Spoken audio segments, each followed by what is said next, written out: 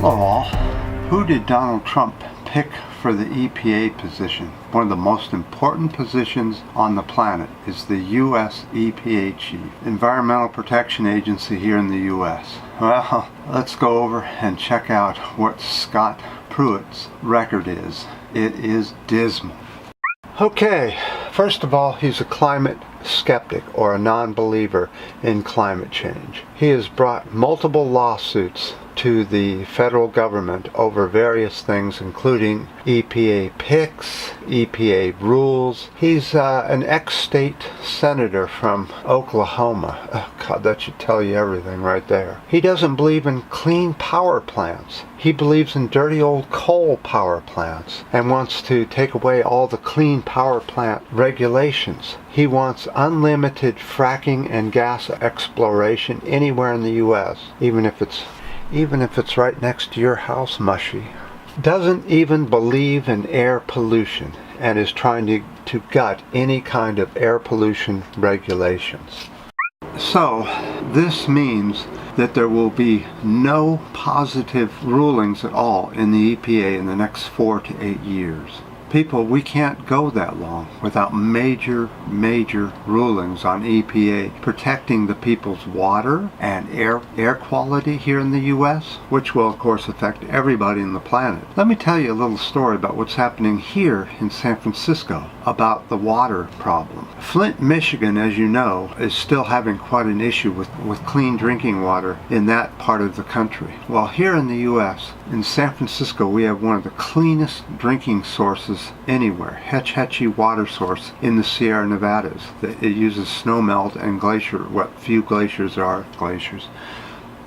what few areas that are still melting into Hetch Hetchy. Unfortunately, because the mayor of San Francisco made it tax-free to build here in San Francisco if you're a tech company, thousands and thousands of tech companies and people have poured into the city and the Bay Area, and now we're so overpopulated that we need more water sources. So what does our mayor do? He switches it over to a polluted water source which is full of bacteria and algae, and it really stinks. This happened about 2 weeks ago. Now San Francisco is mixing algae-filled funky water from down south and fusing it into the clean Hetch Hetchy water that supplies water to the Bay Area.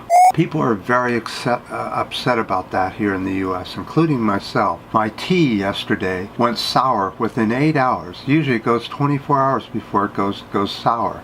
And every time you take a shower, it stinks like you're showering in polluted algae water. This is just the beginning, people. This is the Donald Trump era. He wants to deregulate all clean water acts. So it means that you get any water your city chooses to feed you, completely legally under Donald Trump.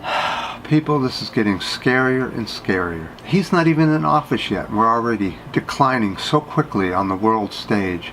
Inaugural day, January 20th. People are trying to get everybody out there. It looks like the 20th, if everyone shows up, we may have quite a situation develop here in the U.S. Over 50% of the people here in the U.S. are in favor of Donald Trump and excited about him taking the presidency. If the other 50% protest on inaugural day, we could literally see the beginning of a civil war here in the U.S. More and more people are talking about civil war in the U.S. over this Trump thing. It's a desperate times. People better start thinking desperately about what we're going to do. If you like clean drinking water that doesn't make you sick and you want clean air to breathe, this guy can't get in, but yet he's in, and he's going to get in. You notice how a judge in Michigan canceled the recount there, completely wiped it out? Doesn't this remind you of 2000 when George W. Bush stole the election from Al Gore? And what's this crap about Al Gore talking to Donald Trump about the environment?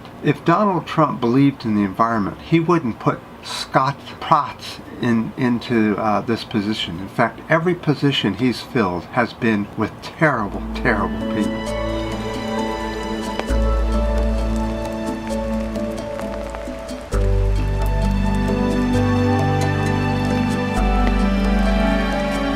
Just wanted to put this update out there. We're having some rain here in California finally. It's easing up the drought. Droughts all over the world during the winter tend to ease up a little, and then during the hot summer they get worse again. So we'll just have to see what happens next summer here in California. And I certainly do appreciate all the comments on the last videos, and the ups and the downs and the new subscribers, and we better pay attention to this and have a plan coming up here. Start talking about what your plans are. Let me know about what your plans are on the comment section. So, until next time.